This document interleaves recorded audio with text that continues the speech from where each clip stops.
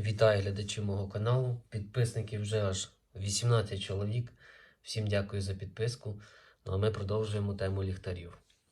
Сьогодні на огляді універсальний варіант для дачі, гаража, бардачок автомобіля, на всілякі вилазки на природу, рибалку, охоту і так далі. Герой сьогоднішнього відео Solfirn IF23.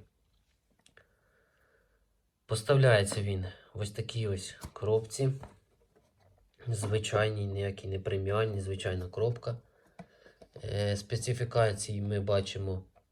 Діод у нас XHP50B. Температура світіння холодного кольору 6-6500 кельвінів. Надпис SET означає, що ми маємо повний комплект із акумулятором. Всередині коробки в комплекті ми маємо мануал, інструкція на китайській та англійській мові. Шнурок Type-A, Type-C, кліпса, шнурок для носіння на руці, а також два запасних ущільнювальних резинових кільця. Ця модель має ось такий унікальний дизайн, особисто мені він подобається. Матеріали, з чого виготовлений, це анодований алюміній. Ми маємо Spotlight, з англійської перекладається як сфокусоване світло, але ширина засвітки тут досить широка. І Floodlight перекладається як розсіяне світло. Сторона Floodlight вміє світитися також різними кольорами. Особисто мені така функція не потрібна, але можливо колись, щоб створити якусь романтичну атмосферу і стане в нагоді. Для приблизного розуміння розмірів даного ліхтаря візьмемо модельку Wurkos SG15, Solfirn HS10, а також звичайну запальничку.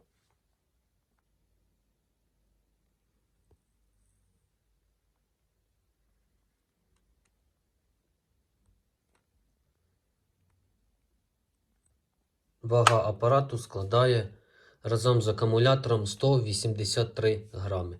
Для порівняння Wurkos SG15 з акумулятором 130 грамів. Давайте глянемо на наш акумулятор.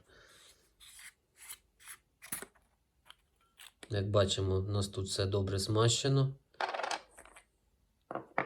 Акумулятор йде фірмовий Solfirn 21700 ємністю 5000 мАч. Також хочу зазначити, що в кришці ми маємо пружину, а ось в голові пружини немає, тому що знаю, для когось це буде важливим. Якщо потрясти фонарь, ніяких рухів батареї всередині корпусу ми не чуємо. Маємо захист по стандарту IP68, тобто можемо погружати воду на глибину до 2 метрів. Згідно мануалу ми маємо 5 рівнів яскравості у будь-якому з режимів. Почнемо зі Spotlight. У розблокованому стані затискаємо кнопку включення, переходимо в режим Spotlight. В такому режимі маємо 1 люмен, тривалість роботи від акумулятора 27 днів. Далі, низький режим. Просто вмикаємо ліхтар, переходимо в низький режим у нас. Це 100 люмен, 17 годин, 36 хвилин роботи від акумулятора. Далі затискаємо кнопку, переходимо в режим середній. Маємо 500 люмен та 4 години роботи. Ще затискаємо кнопку, переходимо у режим високий. 1500 люмен, 2 години 30 хвилин роботи. Також дабл-клік, переходимо в режим турбо. Маємо 4000 люмен та 2 години роботи. Переходимо до режимів Floodlight, розсіяне світло. Затискаємо кнопку ввімкнення. Маємо Moonlight 1 люмен, 230 годин роботи. Далі. Низький режим. 10 люмен, 70 годин роботи. Далі. Середній режим. 50 люмен та тривалість роботи 13 годин 30 хвилин. Високий режим. 150 люмен, 12 годин 30 хвилин. Та режим турбо дабл-кліком. Маємо 500 люмен, 3 години 30 хвилин. Зі сторони Floodlight ми маємо також кольоровий режим. На жаль, рівень яскравості тільки один. Затисканням кнопки ми можемо тільки міняти кольори. Бачите, зараз розовий, червоний, оранжевий, жовтий, зелений, салатовий, бірюзовий. Тобто майже всіма цвітами радуги.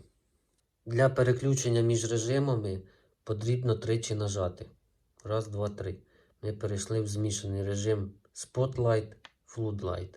Раз, два, три. Перейшли в режим тільки Spotlight. Раз, два, три.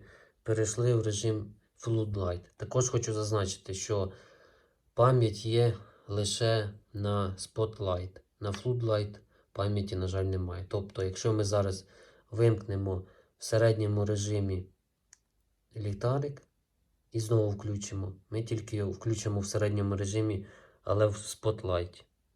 Але якщо ми дабл-кліком включимо, ми включимо з Floodlight, але яскравість буде вже не середня, а низька. Кнопка включення в нас досить приємна, натискається впевнено, а також має індикатор заряду. Якщо ми нажмемо, зараз, бачите, горить тільки червоним кольором. Також вона може горіти зеленим, червоним або мигаючим червоним. Зелений колір сигналізує про те, що ємність акума від 70 до 100%. Звичайний червоний колір це від 30 до 69%. Та червоний мигаючий означає, що в нас залишилось менше 30% заряду. Також хочу звернути увагу на те, що в даному ліхтарі ми маємо автоблокування. Якщо протягом 2 хвилин ви не користуєтесь ліхтарем, він вмикає автоблокування. Дану функцію вимкнути неможливо, але я чув, що в наступних партіях це поправили та функція автоблокування вже вимикається. У мене варіант з перших партій з автоблокуванням, а хто вже має апарат з наступних партій без автоблокування, відпишіть, будь ласка, в коментарях, я думаю, людям буде цікаво. Йдемо далі. Маємо функцію павербанку. Класна функція, якщо, наприклад, всі гаджети розрядилися і вам терміново потрібно підзарядити телефон або щось інше. Але потрібно буде докупити інший провід Type-C Type-C або Type-C Lightning, якщо у вас iPhone не 15, або Type-C microUSB. У хвості маємо магніт. Автолюбителі під капотом оцінять. Давайте ж подивимося, як він світить, та порівняємо його з Wurkus SG15. Ми бачимо повну темноту. До дверей, які ви в подальшому побачите, приблизно 5 метрів. Режим Moonlight до дверей. Ну, я бачу, що досвідчує, на камеру це не видно. Переходимо в режим низький. Ну, вже на низькому ми вже все бачимо. Тобто для квартири, гаражу, невеликих приміщень яскравості більше, ніж потрібно. Це в нас світить Sofirn IF23. Включимо Wurkus SG15 Spotlight на низький режим. Так, ось у нас світить Wurkus на низькому режимі. Тобто, як бачимо, в Wurkus яскравість на першому режимі набагато нижча. Wurkus Sofirn. Wurkus Sofirn. Далі середній режим Wurkus. Середній режим в Wurkus.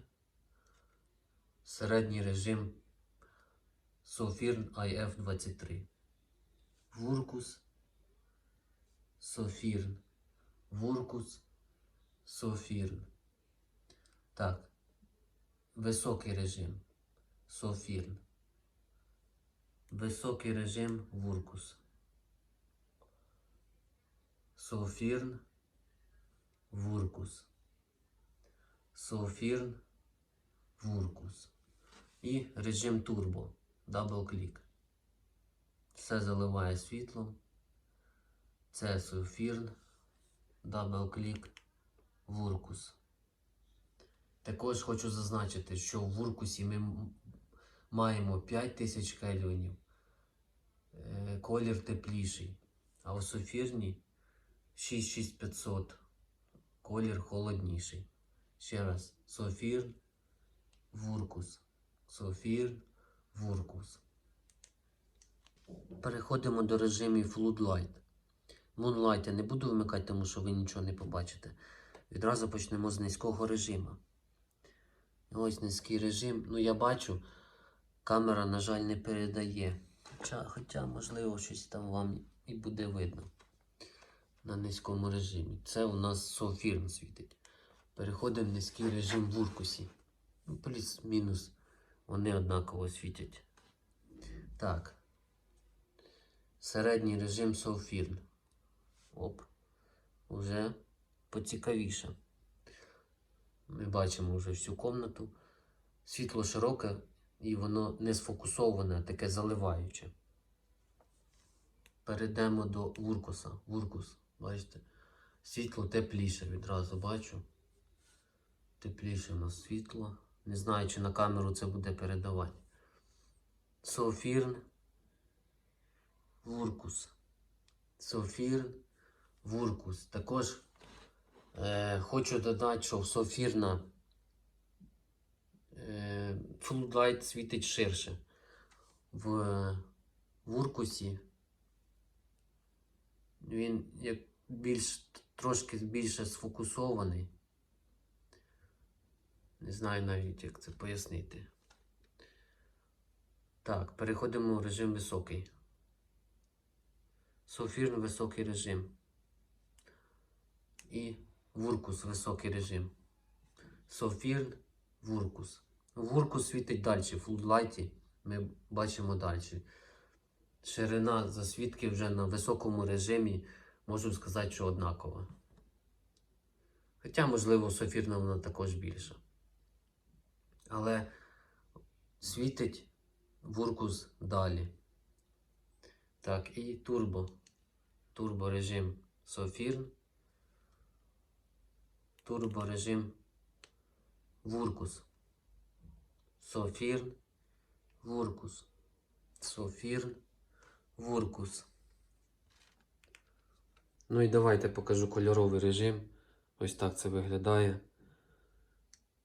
Натисканням кнопки можемо переходити до інших кольорів. Хотів би зауважити, що на високих режимах, це високий і турбо, ліхтар досить швидко нагрівається. Та не буде такого, що ви, як ви гадаєте, що в турборежимі він буде світити там 2 години. Ні. Залежить від навколишнього середовища, від температури. Я думаю, що в турборежимі там 2 хвилини це максимум буде, а потім буде степ-даун. Тобто він буде, щоб не перегріватися і щоб діод не згорів, він буде збавляти, понижати яскравість. Щодо висновків, загалом маємо класний універсальний ліхтарик на всі випадки життя з довгою автономністю та з невеличкими нюансами а-ля автоблокування. Всім дякую за перегляд.